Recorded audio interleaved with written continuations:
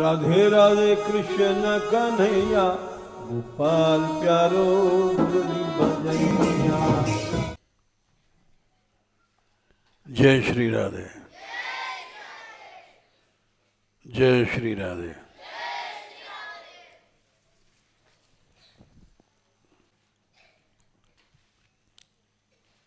गोकर्ण ने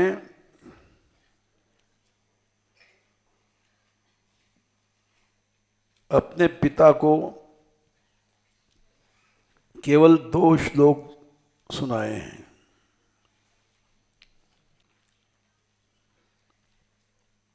और उसमें उन श्लोकों को गोकर्ण गीता कहा गया।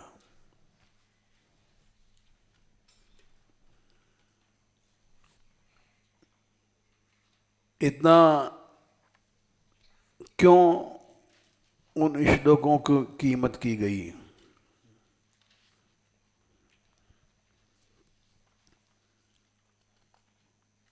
इसलिए की गई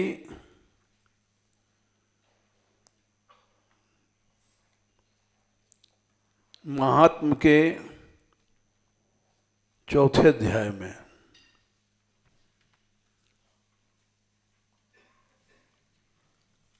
दो श्लोक हैं,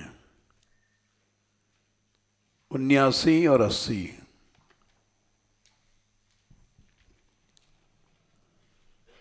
सेवेंटी 79 और 80।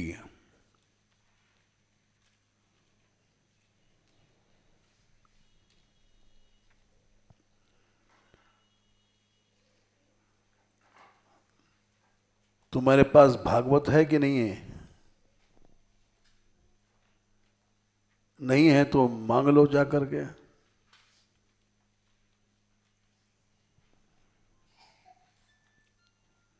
इनको ला के दे दो भाई भागवत।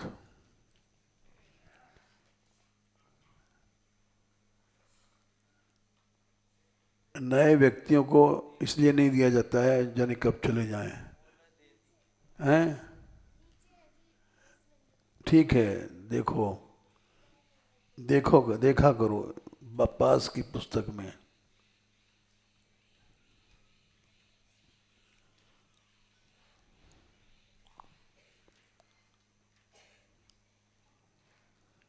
इसमें उन्होंने गीता इसलिए कहा इसको गोकर्ण गीता। गीता क्या है? गीता सभी उपनिषदों का सार है।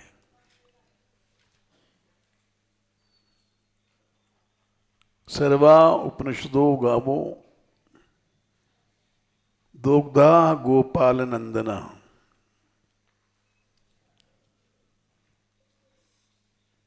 पार्थो वत्सो सुधीर भोक्त्वा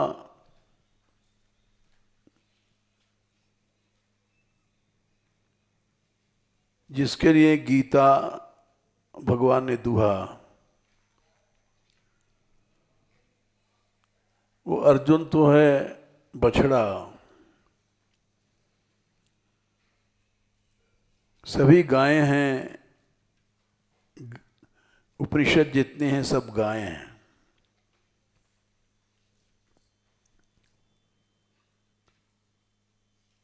गैया को दुहा जाता है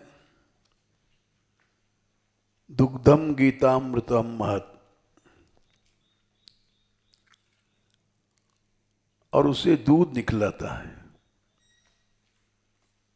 दूध से घृत बनता है जो अमृत।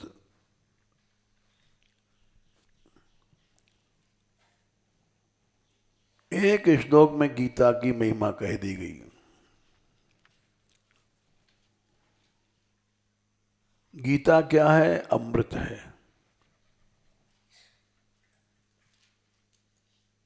कैसा अमृत है? जो दूध से निकलता है। दुग्धम गीतामृतम महत।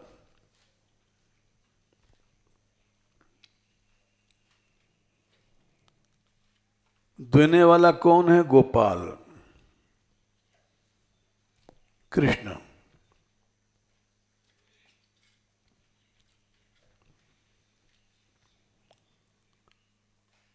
गायें क्या हैं? उपनिषद।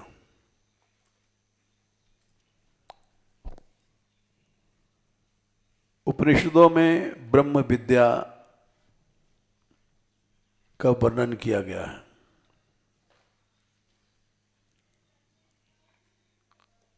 ब्रह्म विद्या ही सार है इस संसार का।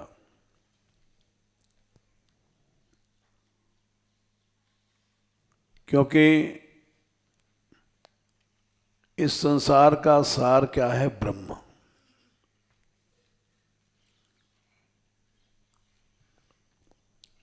या भगवान या ईश्वर एक ही बात है।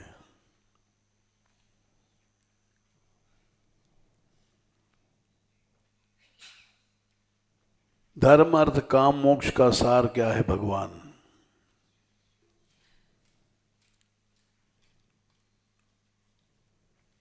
यही बात भागवत सिखाती है।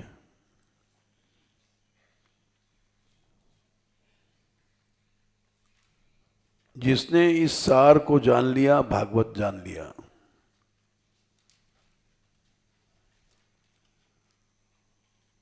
और जिसने इस सार को नहीं जाना, वो भागवत नहीं जाना। चाहे कितना बड़ा पंडित है, चाहे कितना बड़ा ज्ञानी है, विद्वान है, तपस्वी है, वो कुछ नहीं जाना।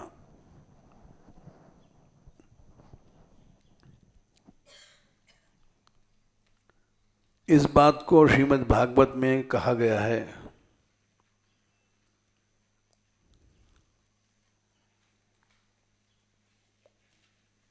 पहले स्कंद के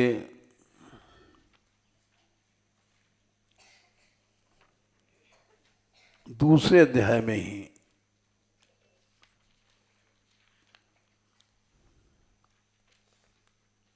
धर्मस्य ह्यापवर्गस्य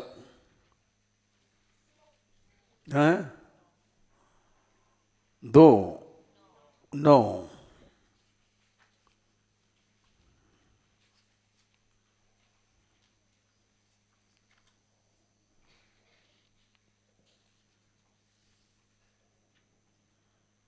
हाँ ठीक है। जितने भी धर्म हैं या थे या होंगे,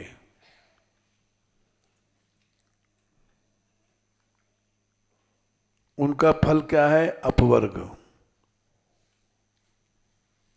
अपवर्ग माने कि संसार से छूटना।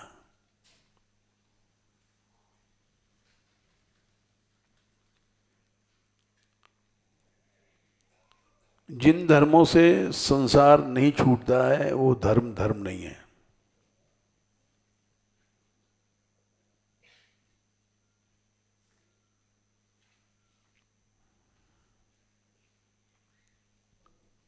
बेकार का परिश्रम है।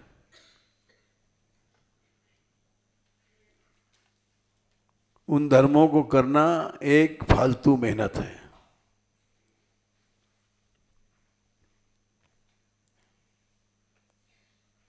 ये बात 8वें श्लोक में कही गई है। 1, 2, 8।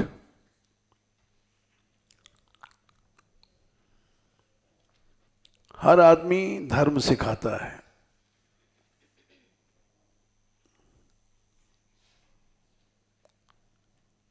समाज सेवी है, वो कहेगा समाज की सेवा करो, धर्म है।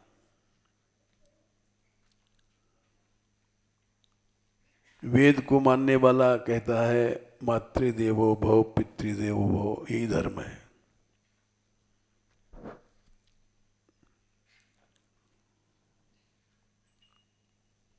कोई देशभक्त कहता है देश की सेवा करो, यही धर्म है।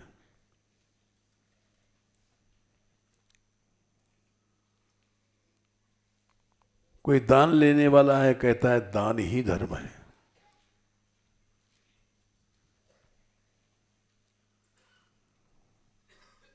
यज्ञ करने वाला है, कहता है यज्ञ ही धर्म है।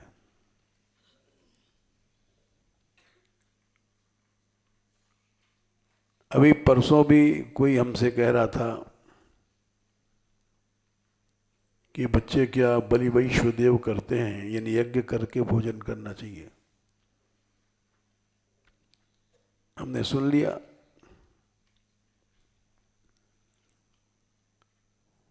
किसी का उत्तर नहीं देना चाहिए।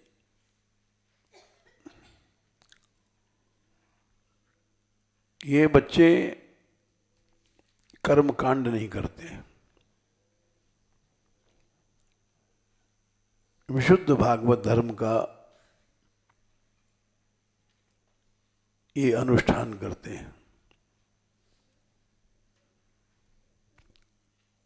भगवान नाम कीर्तन किया, सब यज्ञ हो गया। न नाम सदृशो यज्ञ, न नाम। भक्त को कोई आवश्यकता नहीं इन सब चीजों की।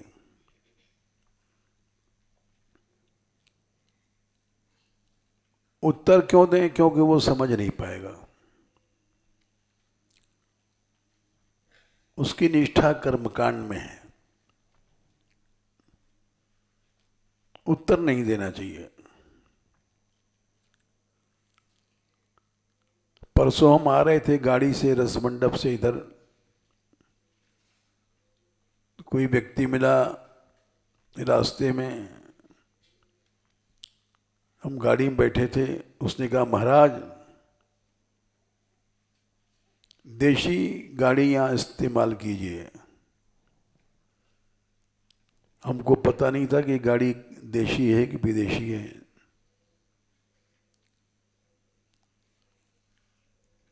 किसी ने दे दिया, उस पर बैठ के आ रहे हैं।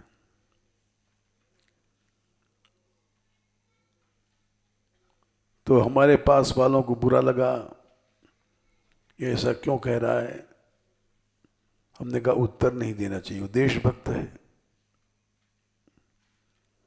वो ठीक कह रहा है।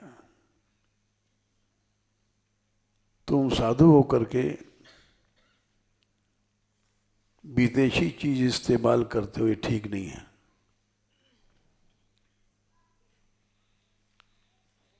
देशभक्त को बुरा लगेगा ये। उत्तर देने में झगड़ा बढ़ता है। भाई हमको पता नहीं देशी चीज क्या है, विदेशी चीज क्या है। किसी ने जो दे दिया उसको इस्तेमाल कर रहे हैं। जहां बिठारे तित ही बैठूं, जो दे दे सोई खाऊं। जो पहरावे सोई पहरूं, बेचे तो बिक जाऊं। ये भक्ति मार्ग को समझाया जाए बहुत टाइम लगेगा, वो समझेगा भी नहीं। वो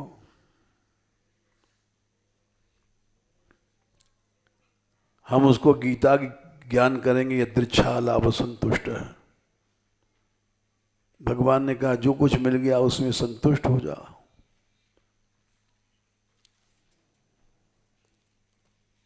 वो व्यक्ति समझ नहीं सकता, क्योंकि देश भक्त है। देश की चीजें इस्तेमाल करें, वो ठीक कह रहा है, उसको उत्तर नहीं देना चाहिए।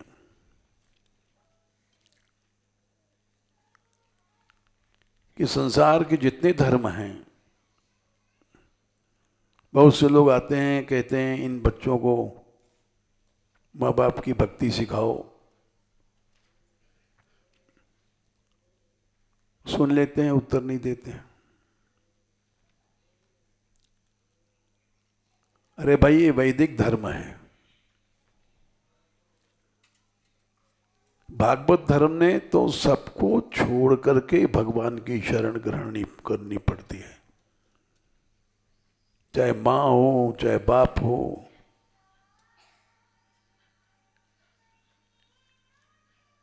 यहां तक कि गुरु भी है,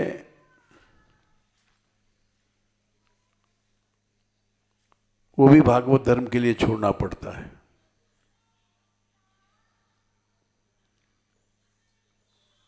गुरु पित मातु न जानो काऊ।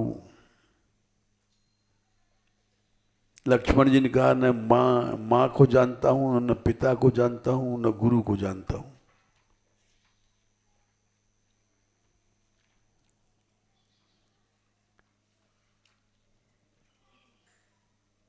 भगवान शंकर ने भी कहा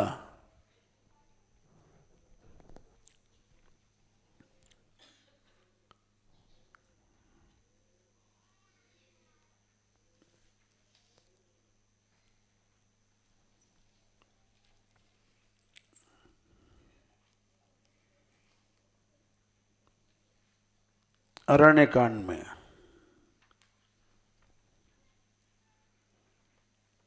उमा राम समहित जग माही, गुरु पितु मातु बंधु सुत नाही। हैं? अच्छा, हे देवी, भगवान के समान हितैषी न गुरु है, न माँ है, न पिता है। कोई न था, न है, न होगा।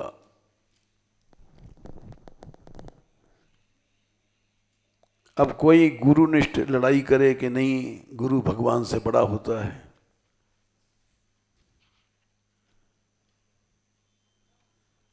तो उससे लड़ने से क्या फायदा।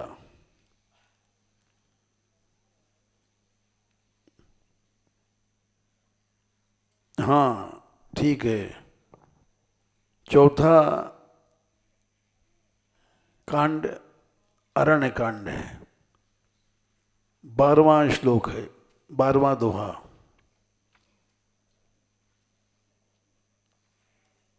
न गुरु, न पिता, न माता, न बंधु भाई या और कोई देवता भी नहीं हो सकता।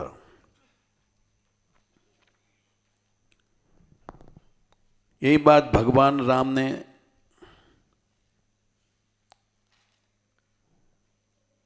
अरण्य कांड में भी कही है। 16वां दोहा 3/16। राम जी ने लक्ष्मण जी से कहा है, लक्ष्मण, गुरु पितु मातु बंधु पति देवा, सब मोहि कह जाना ही दृढ़ सेवा।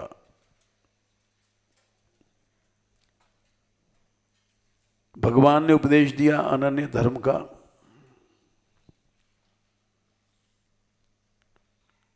तुम गुरु भी मुझे मानो। बहुत से लोग लड़ाई करते हैं, गुरु करना जरूरी है, झगड़ते हैं। उनसे झगड़ा नहीं करना चाहिए। भगवान को भी गुरु मान लो, भगवान ने स्वयं कहा है।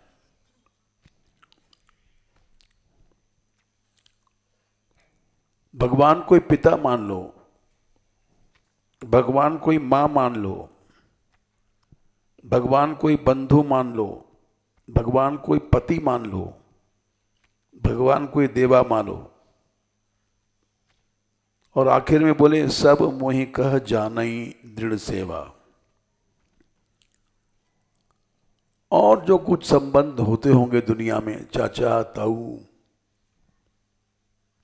बाबा पर बाबा, दादा पर दादा, सब तुम भगवान को मान लो।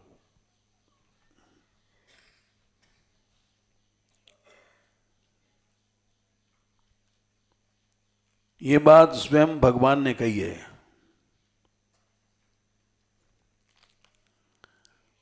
अब इसको कोई समझ नहीं पाता है तो उससे लड़ाई नहीं करनी चाहिए।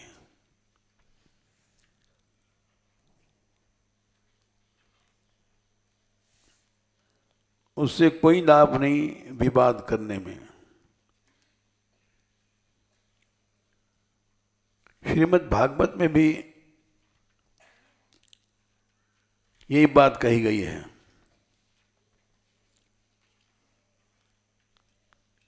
30वें स्कंद में कपिल भगवान ने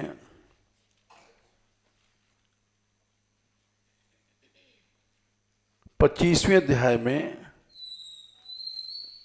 38वां श्लोक है।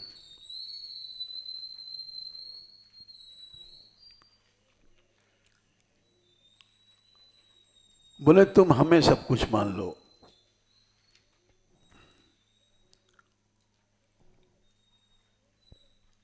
इससे तुम मृत्यु को जीत लोगे, तुम्हारा नाश नहीं होगा। जैसे भगवान राम ने कहा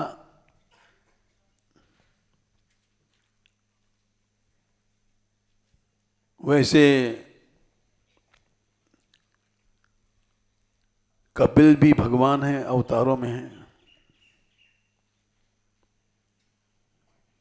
यहां कह रहे हैं न करहिचिन मत्पराः,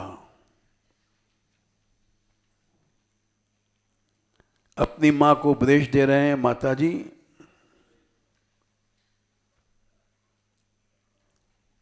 जो मेरे परायण हैं उनका कभी नाश नहीं होता है।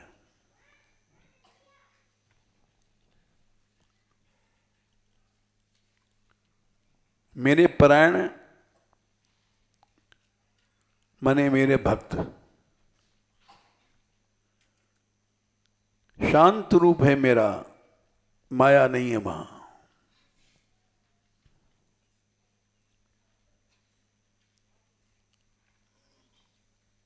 उनका कभी नाश नहीं होगा।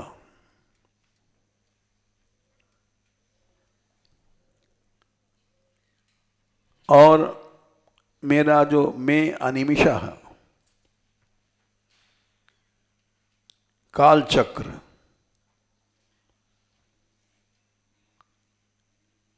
ये उनको लेड ही चाट नहीं सकता।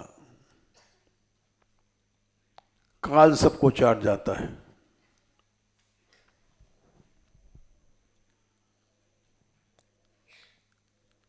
तो प्रश्न हुआ कि मेरे परायण कौन कौन लोग हैं।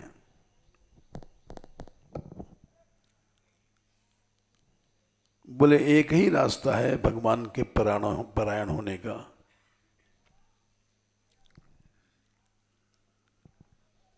जो भगवान ने गीता में कहा सर्वधर्मान परित्यज्य मामेकं शरणं व्रज।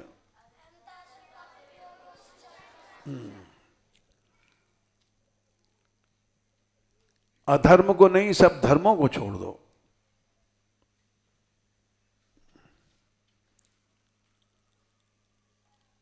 परित्यज्य माने बिल्कुल छोड़ दो, 1% भी इनको मत छुओ।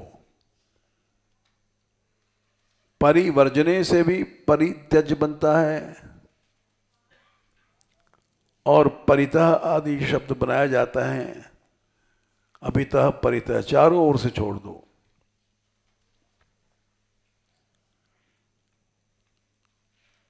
एक पाई भी इनका आश्रय मत लो।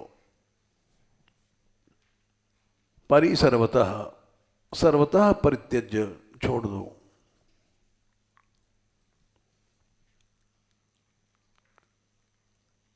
कोई हिचकिचाहट नहीं रहनी चाहिए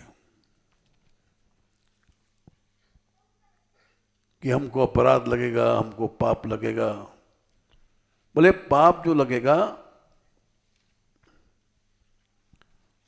उससे छुड़ाने की जिम्मेदारी हमारी है।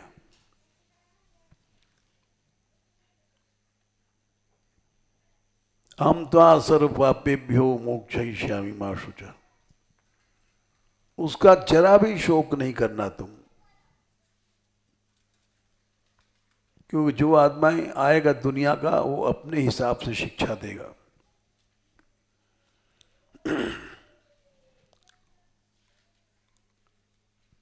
कितने लोग आते हैं, वो कहते हैं महाराज आप जंगल में बैठे हैं, इससे क्या देश कल्याण होगा। आपका नियम गलत है, आप बाहर जाइए, सब जगह प्रचार कीजिए, इससे देश का कल्याण होगा।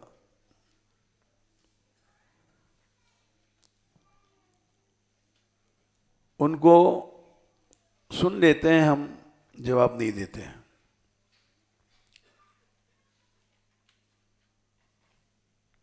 क्योंकि भगवान की उपासना से ही देश की उपासना भी हो जाती है।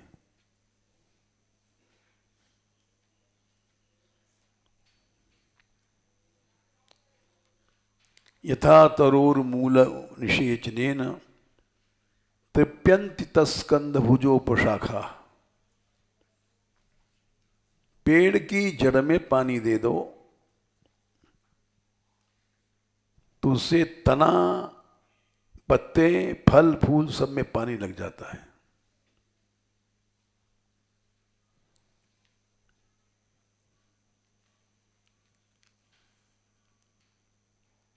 ये बात नारद जी ने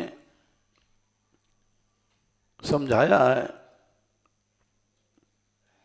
चौथे स्कंद के 31वें अध्याय में 14वां श्लोक।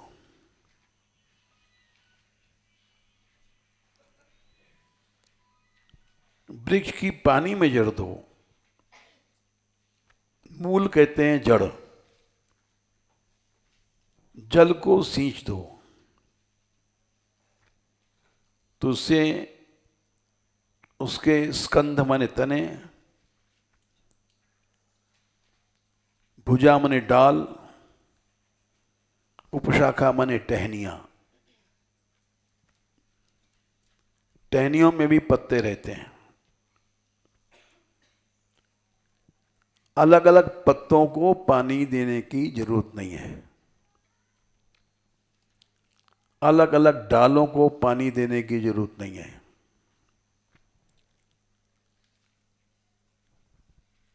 इसलिए भगवान की भक्ति में सबकी भक्ति हो जाती है, देश की, समाज की, यहां तक कि सारे संसार की सेवा हो जाती है।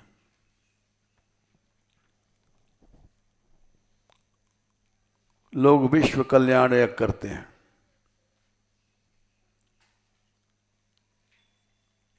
विश्व कल्याण अपने आप हो जाता है। दूसरा उदाहरण देते हैं, प्राणोपहाराच यथेन्द्रियाणाम तथैव सर्वार्हणमच्युतेज्या। आपको भूख लगी है और आप बहुत ज्यादा भूखे हैं, इतने भूखे हैं कि हाथ नहीं चल रहा है, पाँव नहीं चल रहा है, कभी कभी दिखाई भी नहीं पड़ता है। हम जब घर से निकले थे तो अकेले लड़के थे अपनी माँ के।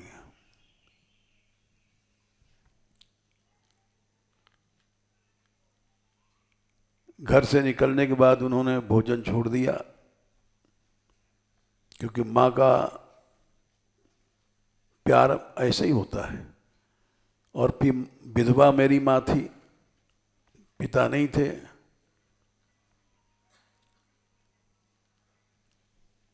तो उन्होंने उस दुख में भोजन नहीं किया, 6 महीने तक ढूंढती रही।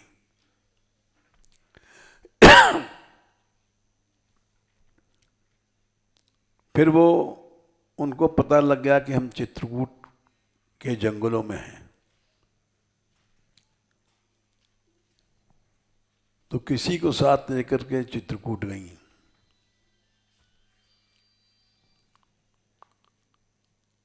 और वहां पंडों से पूछने लग गई। हम वहां मंदाकिनी स्नान करने जाते थे, तो पता लगा लिया उन्होंने कि यहां रमेश आता है स्नान करने।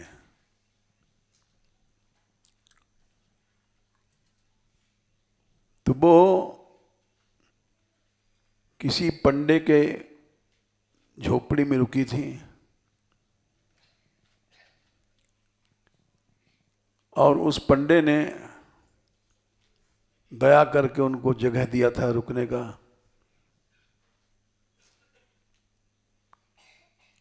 जब वहां नहा रहे थे तो पंडा हमको हाथ पकड़ के ले गया।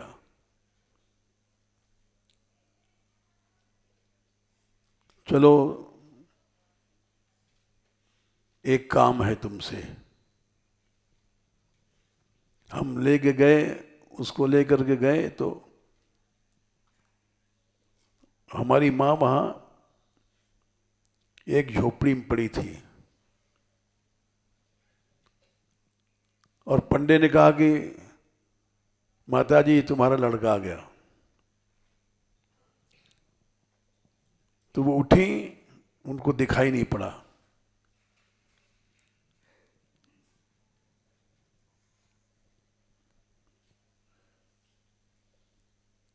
क्योंकि उन्होंने 6 महीने से न खाया था न पिया था।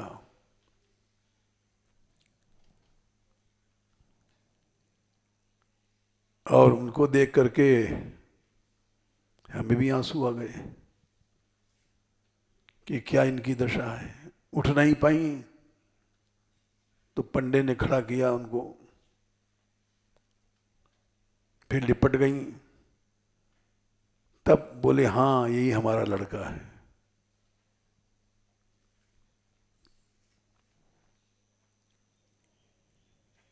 फिर हमने सोचा कि इस तरह से तो मर जाएंगी,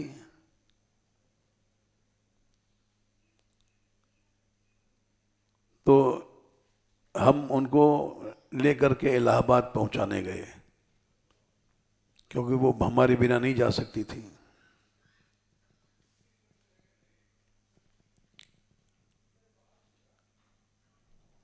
पहुंचाया उनको घर पर, कुछ दिन रहे वहां।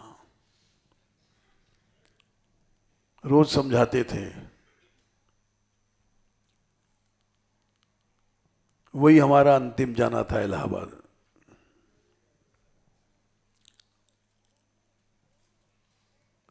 और समझाते समझाते हमने कहा माता जी मेरे पांव पीछे नहीं लौटेंगे।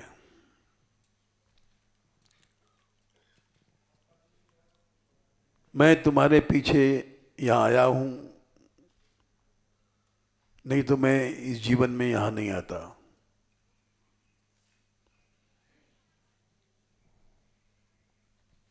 तुम भोजन छोड़ती हो, हम भी भोजन छोड़ देंगे। हम भी मरना जानते हैं। इस तरह से हम समझाते रहे। 15-20 दिन लग गया और हमको जाना है अवश्य।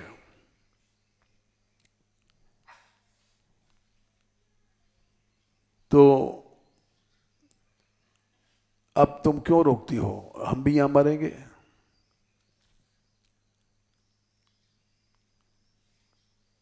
उन्होंने कहा अच्छा तो तुम हमको अपना समाचार देते रहना।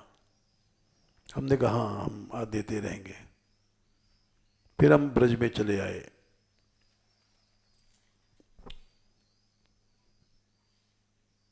तो इसलिए भगवान की उपासना से ही सबकी उपासना हो जाती है। उसका चमत्कार हुआ।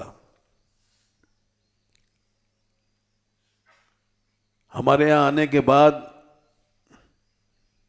वो आती रही, मिलती रही। आते मान जैसे आई वैसी समय में लौटा देते थे।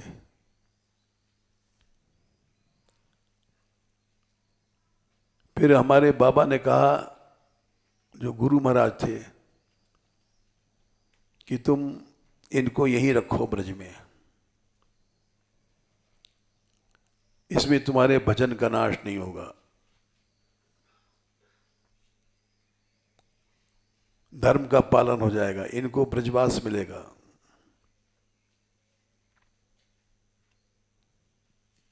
तो फिर यहाँ रही और अभी शरीर छूटा है 4-5 साल पहले।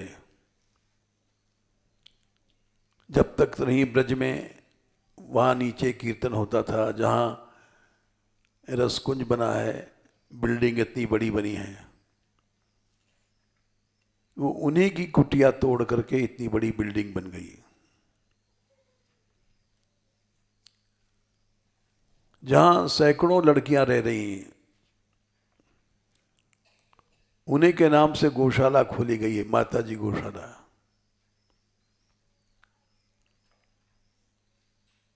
और उस कुटिया को तोड़ने के बाद 7-8 मंजिल का वो रसकुंज बना है, जिसमें सैकड़ों बच्चियां रह रही हैं और बढ़ती जा रही है। वो गौशाला बढ़ती जा रही है। उसका कारण है ये भी कि माता जी के भजन। वो इतनी भजन करती थी, उनका नियम बड़ा कड़ा था। बीमार पड़ गई, मूर्छित, मरने की अवस्था में भी उनकी उंगली चलती रही थी।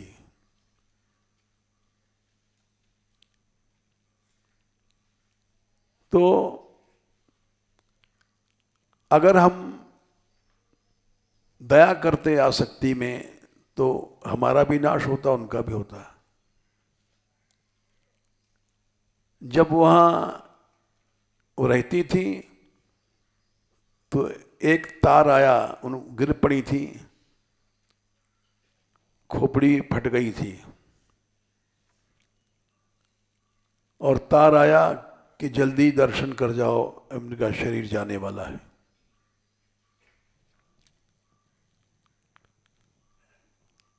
हम यहाँ मधुकरी मांगते थे, रोटी खाने जा रहे थे, तब तक ये लाल कागज होता है तार का, ये पंडित जी पढ़ते थे, हमारे पास बच्चे थे, एक कागज देके दौड़ के ऊपर आए और हाथ में दबा लिया। हमने कहा ये क्या है? बोले आप पहले भोजन कर लो, फिर हम बताएंगे। हमने कहा भाई ये मधुकरी है, ये ब्रजवासियों का नहीं, हम छोड़ेंगे नहीं। अंदाज से हम समझ रहे हैं कि हमारी मां मर गई होगी। हम मधुकरी नहीं छोड़ सकते। हम मधुकरी मांगते हैं इसलिए नहीं, पेट भरने के लिए। मधुकरी एक धर्म है साधु का, वैराग्य धर्म है। तपा श्रद्धे ये उपसंतरण्ये शांता विद्वांसो भैक्षचर्याम चरंत।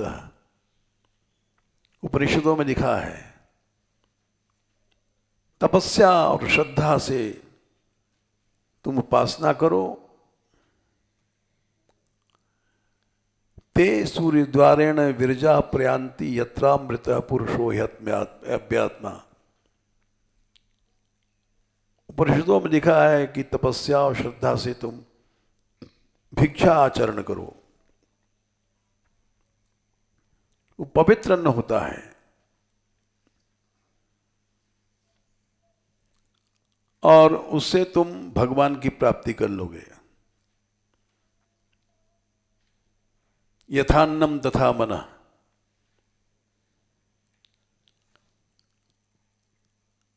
क्योंकि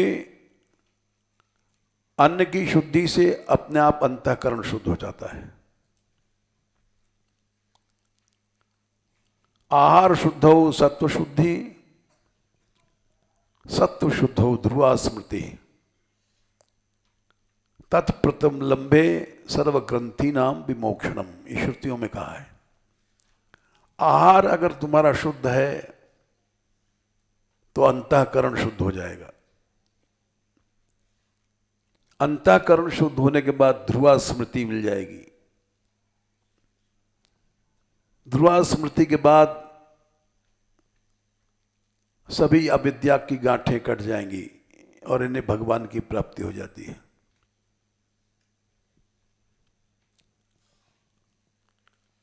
हमारे गुरुदेव ने कहा तुम जन्म भर ब्रजवासियों का अन्न खाना, शुद्ध अन्न खाना, इसी से तुमको सब तुम्हारा काम बन जाएगा।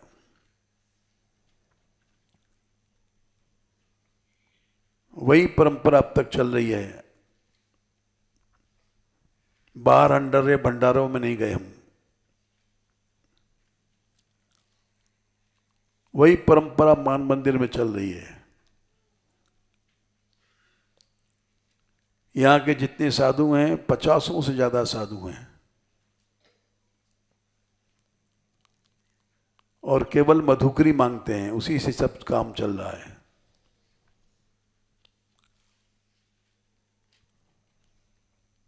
जबकि भिक्षा से 2-4 आदमी का भी कठिन हो जाता है काम चलना। ये पवित्र नहीं लोग खाते हैं, इसलिए सबकी बुद्धि शुद्ध है। कोई आदमी पैसे नहीं रखता है यहां, पैसा लेकर कीर्तन नहीं करता है।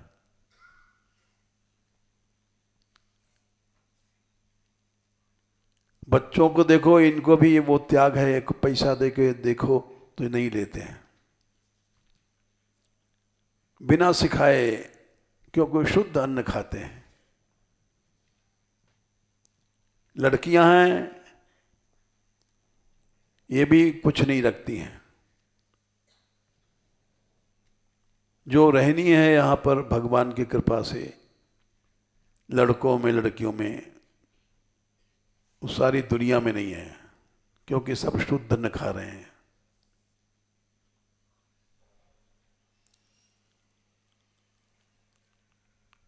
तो उन्होंने तार नहीं दिखाया। हमने कहा भाई यही होगा कि मेरी माँ मर गई, फिर दिखा दिया नहीं मरने वाली हैं। हमने कहा भाई हम बचा नहीं सकते किसी को, हम उनके पीछे ब्रज छोड़ के जाएं तो इसमें उनका भी कल्याण नहीं है और हमारा भी नहीं है। हम नहीं जाएंगे।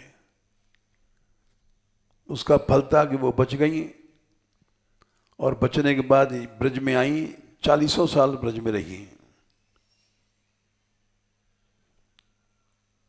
इसलिए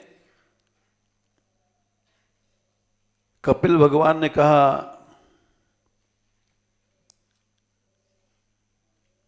कि तुम काल तक को जीत लोगे,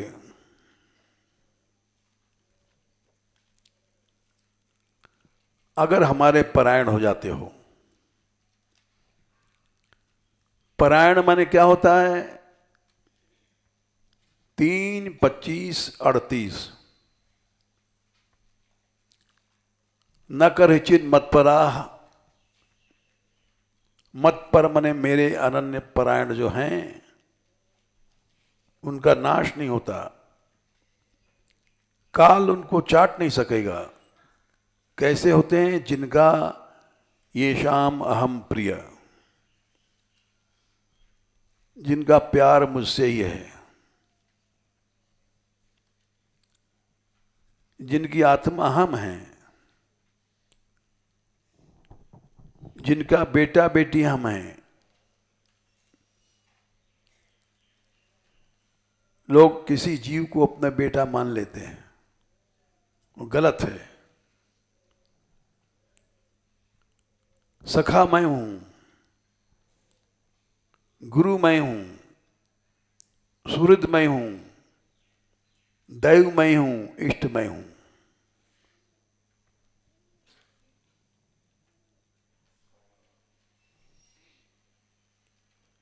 वो है अनन्य। मत परायण वो है, उसको भगवान नहीं छोड़ सकते। राम ने कहा था लक्ष्मण तुम हमारे साथ नहीं चलो, पिता मरणासन्न है, मरने वाला है। माताएं विधवा बनने वाली हैं, अयोध्या अनाथ है। पिता की आज्ञा तुम्हारे लिए नहीं है, हमारे लिए है।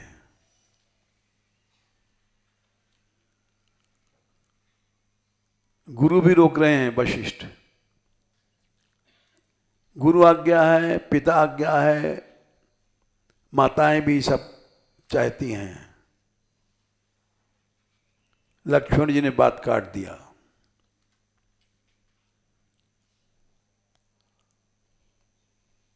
उन्होंने कहा कि आप जो हमको सिखाते हैं ये हम जानते नहीं कौन गुरु है।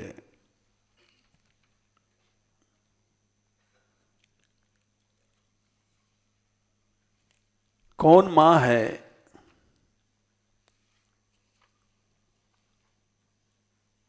कौन भाई है, हैं? अच्छा 72। मैं शिशु प्रभु स्नेह प्रतिपाला। शिशु कहते हैं गोद के बच्चे को।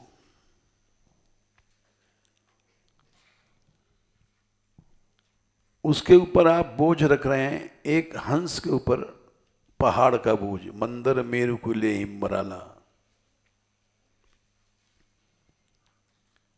ये धर्म वगैरह बोझ है।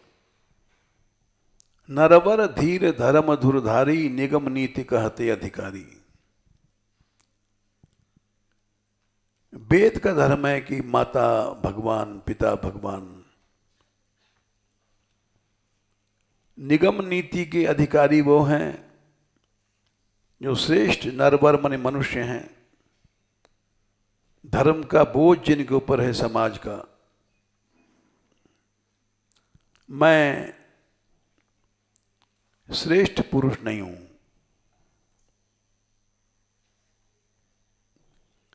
मैं तो गोद का बच्चा हूं जो कुछ नहीं जानता है। न खाना जानता है, न पीना जानता है। माँ ने खिला दिया, खा लिया। मलमूत्र धोना भी नहीं जानता है। माँ ने धो दिया, ठीक है। जाड़े में रोता रहता है, कपड़ा ओढ़ना नहीं जानता।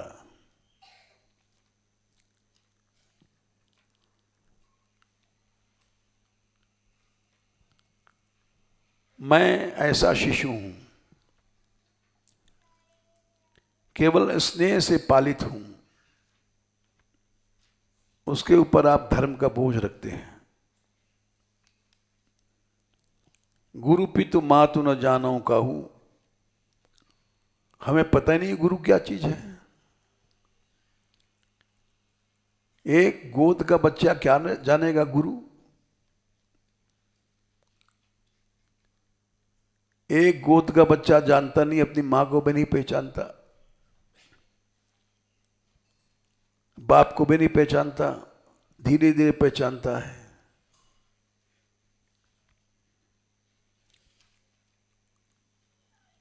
कहूं स्वभाव नाथ पतियाहू।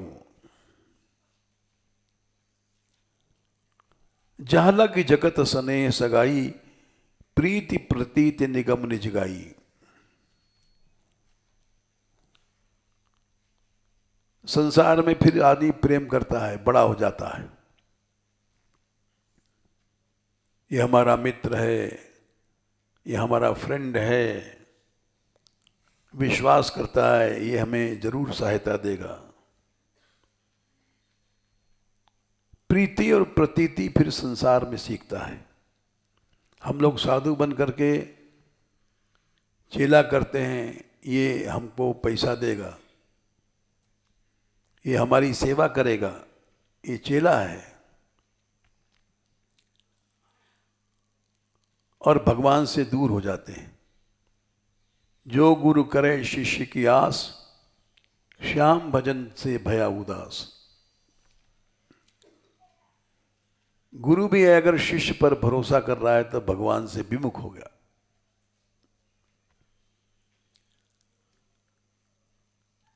आज हम जैसे जाने कितने साधु भगवान से विमुख हैं। क्योंकि सेठों का आश्रय किए बैठे हैं, न उनसे प्रेम करो न प्रतीति करो। प्रीति प्रतीति निगम निज गाई, बोले फिर मोरे सबई एक तुम स्वामी, दीन बंधु अंतर्यामी। बोले ये सब बेकार है, तो उपदेश दिया गया वेदों में। बोले ठीक है, धर्म की नीति है, उसका उपदेश करना चाहिए। उसको उपदेश करो जिसको कीर्ति पसंद है, भूति संपन्नता मिलती है माँ बाप आदि की सेवा से, सुगति मिलती है, स्वर्ग मिलता है। और हमें सब कुछ नहीं चाहिए। मन क्रम बचन चरण रत हुई, कृपा सिंधु परिहरि की सोई। ये अकाट्य नियम है, इसके आगे सब फेल हो गया लॉजिक जो भगवान कह रहे थे। मन क्रम वचन से भगवान के चरणों में लग जाओ, भगवान कभी नहीं छोड़ेंगे।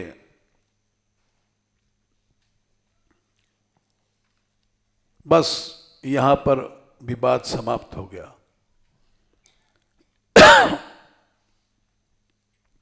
करुणा सिंधु सुबंध के सुन मृदु बचन विनीत। सच्चे वचन थे उनके, ऐसा नहीं जैसे हम लोग लेक्चर देते हैं त्याग करो त्याग करो, और सोचते हैं हमारा रंग जम जाएगा तो हमारी सेवा करेगा, पैसा देगा। सारा लेक्चर एक पाखंड है। लेकिन ये जो वचन थे लक्ष्मण जी के, बड़े मृदु कोमल थे, अहंकार से नहीं कहे गए, और विनीत दीनता से भरे भरे वचन थे।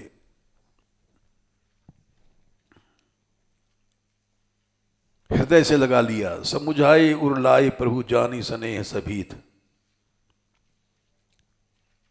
डर गए, ये हमारे बिना जिएगा नहीं। बोले जाओ मां की आज्ञा मांग के लाओ। मांगो विदा मातु सन जाई, और जल्दी जा भैया आवही बेगे चलऊ बन भाई।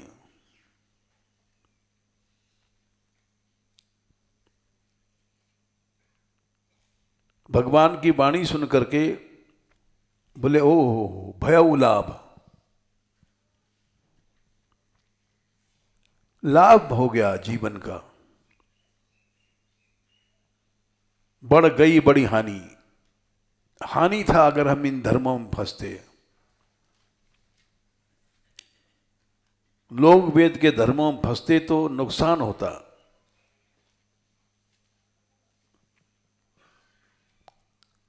हर्षित हृदय मातु पंगाई, जैसे अंधे को आंख मिल जाती है।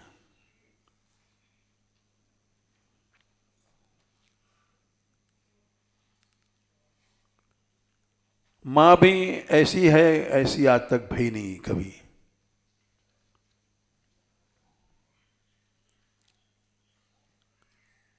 मां ने कहा आज मैं बेटा वाली बन गई। पुत्रवती जुवती जग सोई, रघुपति भगत जा सुस्त हुई। जिसका लड़का भक्त है वही बेटा वाली है, और नहीं तो सुकरी कुकरी है। नतर बांझ भई बाद बियानी। बांझ हो जाती तो अच्छा था। बियानी माने सुवरिया है। सुअर के 12-12 बच्चे होते हैं एक साथ, और सब टट्टी खाते हैं। मां तो वही है जिसका बच्चा भक्त है, और जाके भोग भोग रहा है तो सुअर है, सुअरी है। राम विमुख सुतते बढ़हानी,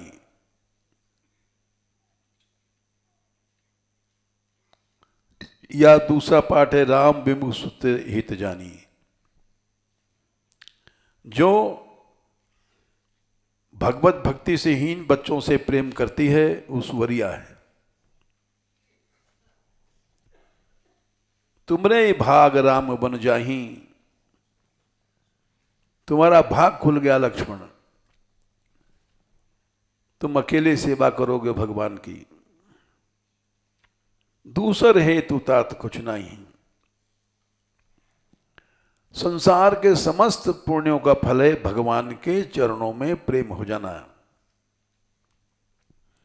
सकल सुकृत कर फल बड़ एहू, राम सिय पद सहज सनेहू।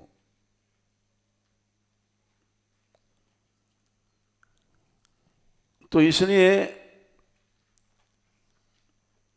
सब धर्म परिश्रम हैं, व्यर्थ हैं।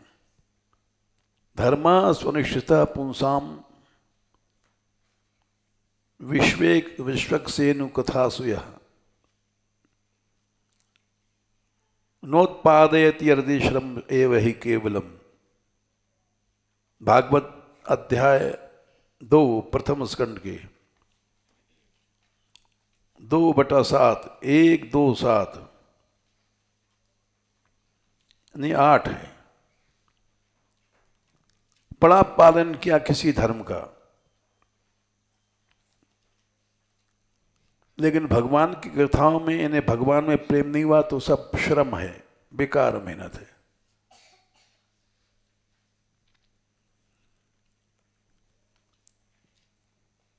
इसीलिए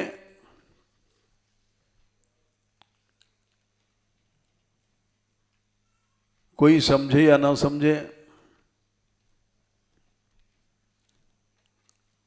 कल कोई व्यक्ति कह रहा था आप विदेशी गाड़ी पे क्यों बैठे हैं। देशभक्त था। हम जब लौट रहे थे तो हमारे पास रहने वालों को बुरा लग गया। हमने कही बुरा क्यों लगता है, वो देशभक्त है, वो अपने हिसाब से ठीक कह रहा है।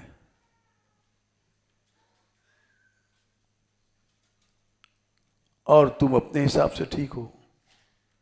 हमें पता ही नहीं विदेशी गाड़ी है, किसी ने दे दिया उस पर चढ़ते हैं।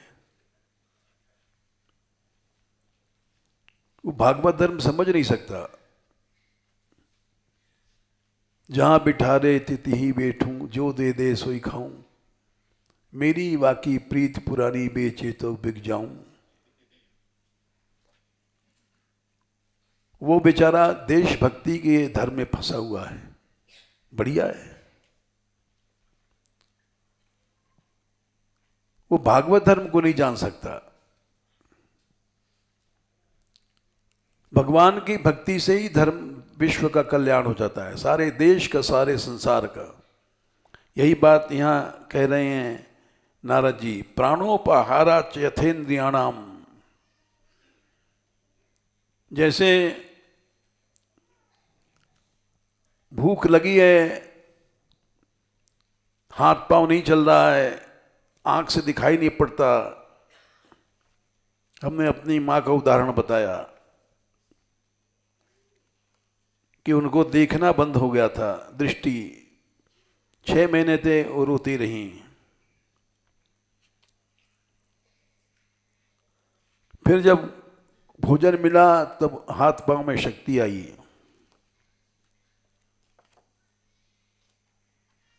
तो वैसे ही भोजन करोगे तो मुंह में जब कोर गया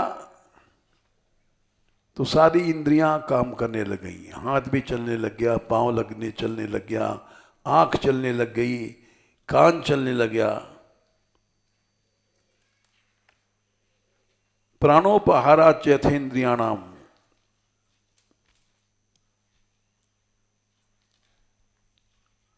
4, 31, 20 है। हाँ 14। अब ये जरूरी नहीं कि खीर आई तो खीर को हाथ में मालिश करो, हाथ में ताकत आ जाए। पांव में मालिश करो, चलने लग जाओगे। कान में भी खीर घुसाओ, जिससे सुनने लग जाओगे। आंख में खीर घुसाओ, जिससे देखने लग जाओगे। नाक में भी खीर घुसाओ, जिसे सूंघने लग जाओगे। क्या है, कुछ मत करो। प्राण में, मुख्य प्राण में भोजन दे दो, सभी इंद्रियों में भोजन पहुंच गया। वैसे भगवान की उपासना से सर्वार्हणम, सबकी पूजा हो गई है, सारे संसार की हो गई। जय श्री राधे।